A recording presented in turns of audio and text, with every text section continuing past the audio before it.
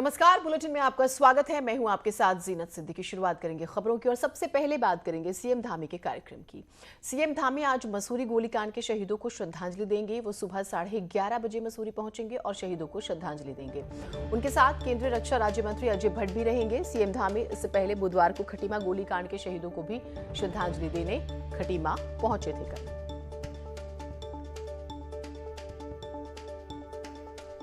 दीपांकर हमारे साथ हमारे सहयोगी जुड़े हुए हैं। दीपांकर, मुख्यमंत्री की अगर हम इस विजिट की बात करें, एक बहुत अच्छा पहलू कि आप शहीदों को, उनके परिवारों को याद कर रहे हैं, सम्मान कर रहे हैं। दूसरा, क्या इसे चुनावी चश्मे से भी देखा जाना चाहिए, क्योंकि टाइमिंग पर सवाल उठाता है विपक्ष हमेशा। बिल्कुल जीनत, एक तरफ से जब भी हर साल मसूरी गोलीकांड हो, खटीमा गोलीकांड हो या फिर जो 9 नवंबर स्थापना दिवस होता है राज्य का, उस दौरान सभी मुख्यमंत्री जो भी होते हैं यहाँ पर जाते हैं, शहीदों को श्रद्धांजलि देते हैं। लेकिन मुख्यमंत्री कल जब खटीमा में थे, सबसे बड़ी बात जो उन्होंने कही कि दिसंबर 2017 में जो आंदोलनकारियों का चिन्हीकरण बंद हो गया था, क्योंकि 1994 में आंदोलन हुआ, कई लोग अभी भी उसमें चिन्हित नहीं हो पाए कि आंदोलनकारी थे या नहीं थे। उसमें अब मुख्यमंत्री ने कहा है कि गवर्नमेंट ऑर्डर जल्दी जारी होगा, जीओ जारी होगा और 31 दिसंबर 2021 यानी इस साल के आखिर तक जो बचे हुए आंदोलनकारी हैं उनका चिन्हीकरण किया जाएगा। एक बड़ी राहत आंदोलनकारियों के लिए यह है। दूसरी बात, उन्होंने ये कहा है कि जो पेंशन है उसको 3100 रुपए यहां पर किया गया है अब सरकार की तरफ से। तो मुख्यमंत्री का कहना है कि राज्य आंदोलनकारी जो है उनका पूरा सम्मान है। जो सवाल आपका था कि कहीं ना कहीं इसका एक पॉलिटिकल मूव भी है, एक राजनीतिक संदेश भी है, हाँ, तो पुष्कर धामी ने जरूर ये बात जरूर की है कि 2017 और आज 2021 लगभग 4 साल से जो गैप चल रहा था, उस गैप को उन्होंने यहां पर फिल किया है और उन्होंने कहा है कि हाँ, आंदोलनकारियों का चिन्हीकरण किया जाएगा। इसके अलावा मसूरी और खटीमा दोनों अलग अलग मंडलों के 2 बड़े स्टेशन हैं और वो जगह है जहां से आंदोलन की शुरुआत मानी जाती है, जहां से आंदोलन तेज हुआ था उत्तराखंड का 1994 में। तो ऐसे में मुख्यमंत्री ये मैसेज भी देंगे कि उनका कहीं ना कहीं एक सीधा जुड़ाव आंदोलनकारियों से है, उनके शहीदों से है, उनके परिजनों से है। तो जीनत, एक पॉलिटिकल मैसेज भी है और एक जो नैतिक मैसेज भी होता है वो भी है और एक सामाजिक मैसेज जो उत्तराखंड आंदोलन का पूरा एक मूव रहा उसको लेकर भी है। ठीक, बहुत शुक्रिया आपका तमाम जानकारियों के लिए। आगे बढ़ते हैं। मुख्यमंत्री पुष्कर सिंह धामी बुधवार को चंपावत जिले के टनकपुर और बनबसा के दौरे पर पहुंचे और यहां उन्होंने रोड शो में हिस्सा लिया। बनबसा जगपुड़ा की बात करें तो पुल से रोड शो करते हुए सीएम धामी टनकपुर में गांधी मैदान पहुंचे। इस दौरान सीएम के साथ सांसद अजय टमटा और विधायक कैलाश गहतोड़ भी मौजूद रहे। सीएम ने लोगों का अभिवादन स्वीकार किया और यहाँ जिले के विकास के लिए कई घोषणाएं भी की।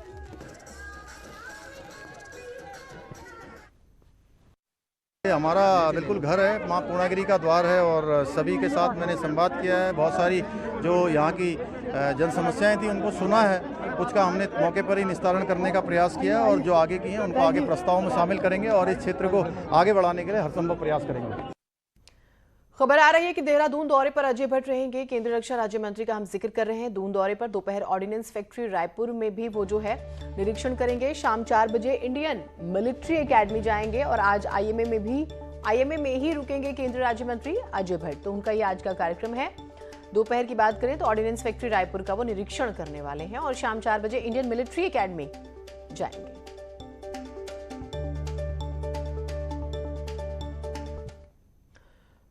उधर गुछुपानी पिकनिक स्पॉट घूमने गए 3 युवकों की मौज मस्ती जो है उन्हें भारी पड़ गई है। तीनों युवक दिन में यहां घूमने आए थे और तैरते हुए नदी के पार चले गए। अचानक नदी का जलस्तर बढ़ा तो नदी के तेज बहाव में तीनों तैरकर वापस आने की हिम्मत नहीं जुटा पाए। देर शाम नदी में कुछ लोग फंसे होने की खबर एसडीआरएफ को मिली। रात मौके पर पहुंची एसडीआरएफ की रेस्क्यू टीम ने नदी के तेज बहाव के बीच रेस्क्यू ऑपरेशन चलाया और रोप की मदद से तीनों को सुरक्षित बाहर निकाल लिया।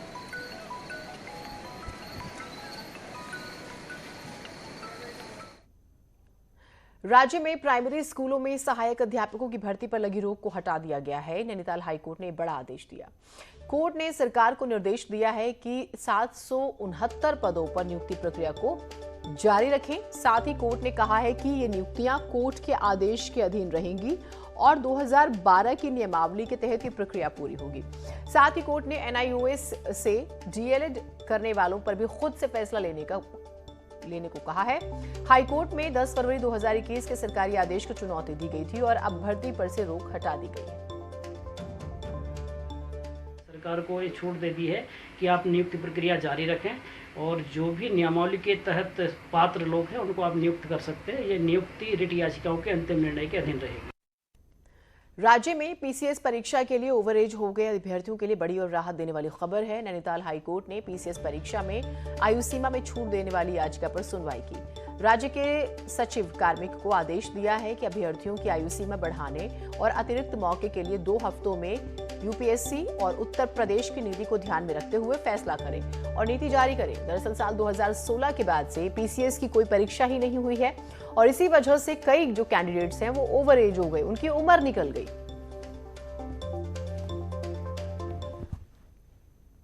उत्तराखंड में पहाड़ से लेकर मैदान तक सैकड़ों गांव ऐसे हैं जो आज भी एक अदद रोड के लिए तरसते हैं। हालात तो ये हैं कि 400 से ज्यादा रोड जंगल के नियमों में फंसी हुई है, लेकिन अब चुनाव आए हैं तो फिर रोड का जिन भी बाहर आ गया है।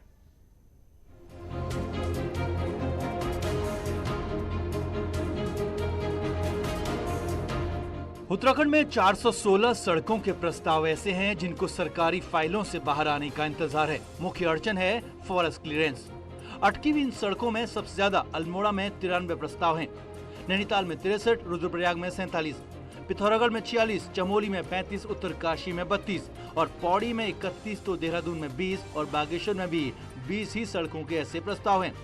सड़कों के प्रस्ताव जंगल के नियमों से अटके हैं। अब चुनाव से ठीक पहले दावे और वादे एक बार फिर शुरू हो गए हैं। जो 20-20 साल पुराने मामले थे, जो सड़क 20 साल पहले स्वीकृत हुई थी, उस ऐसी सड़कों को मैंने अपने समय में वन अधिनियम में क्लियरेंस दी है। कहना बड़ा सरल होता है। उनके समय में, अब दुर्भाग्य से उस सरकार में भी हम थे, इसलिए मैं कोई टिप्पणी नहीं कर रहा हूं, लेकिन इतनी लंबी प्रक्रिया है फॉरेस्ट क्लियरेंस की कि ये पहली बार मैंने उसका सरलीकरण किया है। अब कांग्रेस ने इस पर तीखा हमला किया है और साफ कहा है कि डबल इंजन की सरकार सिर्फ बहाना बना रही है। उनकी सरकार आएगी तो ये सारी सड़कें मंजूर कर देंगे। अगर डबल इंजन की सरकार होते हुए अगर ये बहाना हो कि ये विकास के कार्य फॉरेस्ट की वजह से अटके हैं, तो मैं समझता हूं कि ये तो सिर्फ बहानेबाजी है। वहां भी इनकी सरकार, यहां भी इनकी सरकार, और बहाना कर रहे हैं कि फॉरेस्ट की वजह से सब आपके विकास कार्य अटके हुए हैं। तो उस विकास कार्य को पूरा करने के लिए अब कौन सी सरकार लानी पड़ेगी, और निश्चित रूप में उस कार्य को पूरा करने के लिए कांग्रेस की सरकार लानी पड़ेगी, तब जाके वो फॉरेस्ट की कार्रवाई क्लियर होंगी। सिर्फ सड़क ही नहीं बल्कि राज्य में पेयजल समेत सैकड़ों विकास कार्य फॉरेस्ट के नियमों में अटके हैं। अब उम्मीद है कि चुनाव के बहाने ही सही, लेकिन कुछ फाइलों की धूल तो साफ हो ही जाएगी। देहरादून से न्यूज़ 18 के लिए सुनील नवप्रभात की रिपोर्ट। खबर देहरादून से आ रही है एक और। यहां केंद्रीय रक्षा राज्य मंत्री अजय भट्ट ने बीआरओ और पीडब्ल्यूडी के अधिकारियों की बैठक ली। इस बैठक में बॉर्डर की सड़कों को लेकर बात हुई है, जिसमें रक्षा राज्य मंत्री ने कहा है कि पीडब्ल्यूडी और बीआरओ मिलकर काम करें। साथ ही अजय भट्ट ने भरोसा दिया है कि बॉर्डर के अलावा भी राज्य में अन्य सड़कों के लिए भी बीआरओ मदद देगा। इस तरीके से काम होना चाहिए। मेरे साथ बातचीत करने के लिए केंद्रीय रक्षा राज्य मंत्री अजय भट्ट हैं। सर, क्या आपने निर्देश दिए हैं? मैंने कहा है कि बीआरओ और पीडब्ल्यूडी, एनएचएआई, एनएच, जितनी भी एजेंसीज यहाँ पर काम कर रही हैं, आखिर हम सबका उद्देश्य अच्छी सेवा देना है और लगभग हमारा काम भी एक जैसा है, इसलिए हम मिल के करें। जब भी हमारी यहाँ की सरकार हमें बुलाएगी, बीआरओ को बुलाएगी, वो वहाँ अपनी सेवा देंगे, अपनी राय देंगे, जो तजुर्बा है वो तजुर्बे से काम करेंगे। तो हम पारस्परिक सहमति से कई मुद्दों को सुलझा सकते हैं। सिर्फ करने का तरीका आना चाहिए और अपना दिल बड़ा करना पड़ेगा। आखिर हम सब देश की संस्थाएं हैं, प्रदेश में काम कर रही हैं, हम बाहर के लोग नहीं हैं। तो एक यूनिटी के रूप में मिलकर हम काम करेंगे तो उसका आनंद भी आएगा और काम भी बहुत अच्छे तरीके से होंगे। कैमरों से राकेश रावत के साथ दीपांकर भट्ट, न्यूज़ 18 देहरादून। पिछले दिनों बारिश के बाद अब पहाड़ की लाइफलाइन पर बड़ा संकट है। हालात ये हैं कि कभी भी पहाड़ जाने वाली सड़कें बंद हो सकती हैं।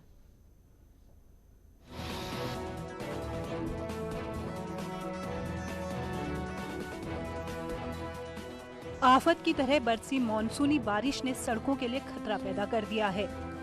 हल्द्वानी को पहाड़ से जोड़ने वाली भीमताल सड़क भी अब बड़ी गाड़ियों के लिए नहीं खुल सकी है, तो ज्वालाकोट मार्ग भी कई जगहों पर धंसने की कगार पर है। रानीबाग से भवाली तक हालात ये हैं कि भूस्खलन, सड़क में धंसाव और दरारें बड़े संकट दिखा रही है।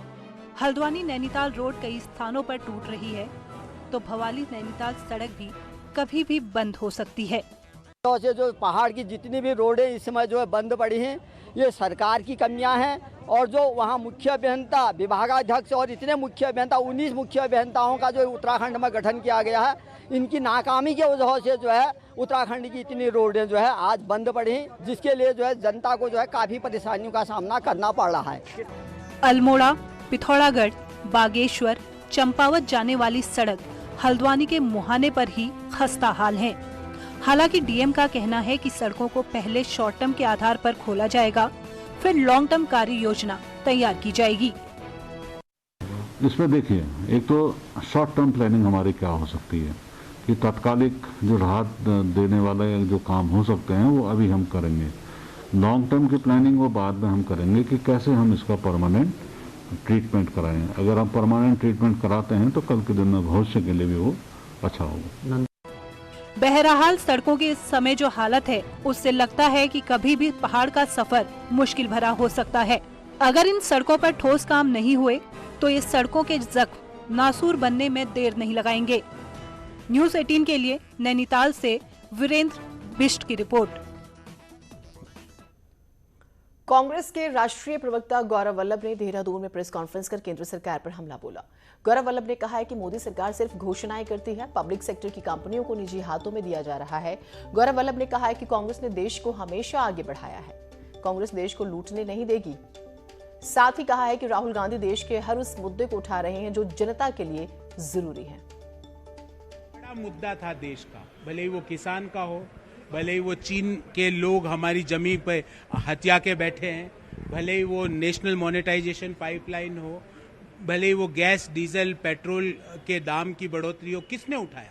अंतरात्मा पे हाथ लगा के पूछिए, जवाब मिलेगा राहुल गांधी जी। और किसी ने वो मुद्दे नहीं उठाए और ना किसी में इतना करेज है कि वो इस मुद्दे उठा सकता है। प्रदेश में अस्तित्व की लड़ाई लड़ रहा उत्तराखंड क्रांति दल अब युवा और महिलाओं को जोड़ने में लगा हुआ है, लेकिन बीजेपी और कांग्रेस से उसका मुकाबला आसान कभी भी नहीं रहा। काशी सिंह एरी को जब से उत्तराखंड क्रांति दल ने कमान सौंपी है, तब से दल प्रदेश में अपनी पैठ बढ़ाने की जुगत में है। एक और युवाओं और महिलाओं को पार्टी की सदस्यता दिलाने की कोशिश हो रही है, वहीं सरकार के खिलाफ प्रदर्शन की भी कवायद हो रही है। साल 2017 में पार्टी का सूपड़ा साफ हो गया था, पार्टी अब तक उससे उबर नहीं पाई है। वहीं कांग्रेस का मानना है कि अंदरूनी कलह ही यूकेडी के पतन का कारण बना। 2017 में तो निश्चित तौर से हम बहुत पीछे रहे हैं, लेकिन इस बार बहुत से युवा, बहुत सी महिलाएं जुड़ी हैं, डॉक्टर्स जुड़े हैं, प्रोफेसर्स जुड़े हैं, तो अब ये लग रहा है कि अभी माहौल ठीक है और 2022 में उत्तराखंड क्रांति दल निश्चित तौर से उसको राजनीतिक लाभ भी मिलेगा। यूकेडी एक तो अपने आपसी धड़ेबाजी या आपसी सिर्फ उटव्वल से बाज नहीं आ रही है, दूसरा कहीं ना कहीं राज्य आंदोलन में महत्वपूर्ण भूमिका होने के बावजूद भी जो प्रदेश की जनता है उसमें अपनी रीति नीति के ऊपर वो विश्वास नहीं जता पा रहे हैं, लोगों का विश्वास नहीं जीत पा रहे हैं।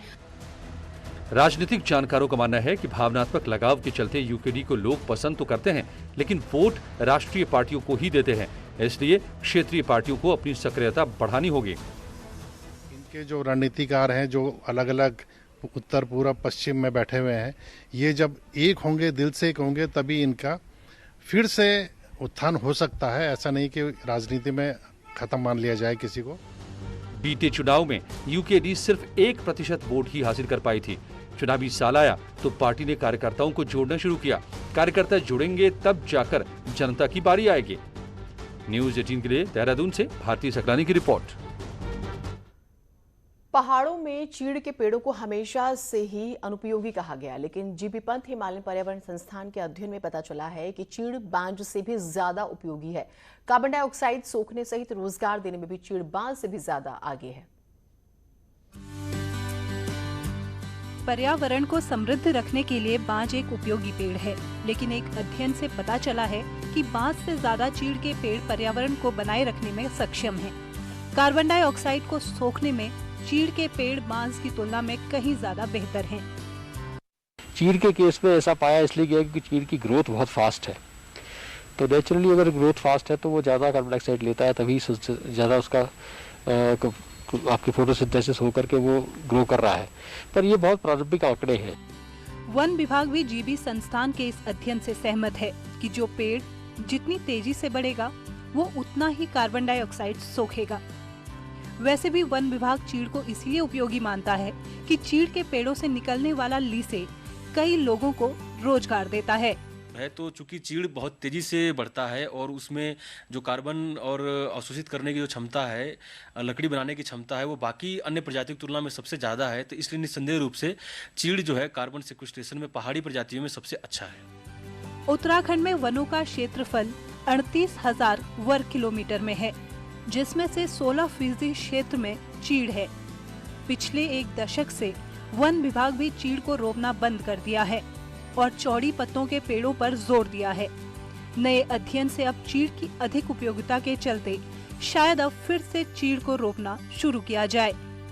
न्यूज़ 18 के लिए अल्मोड़ा से किशन जोशी की रिपोर्ट। एक छोटा सा ब्रेक ले रहे हैं, कहीं मत जाइएगा।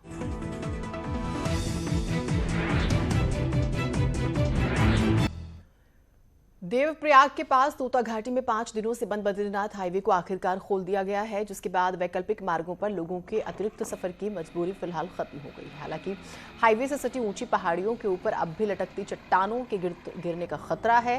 पीडब्ल्यूडी एनएच के अधिकारियों ने जनता से भूस्खलन के लिहाज से संवेदनशील क्षेत्रों से गुजरते वक्त सावधानी बरतने की बात जरूर कही है।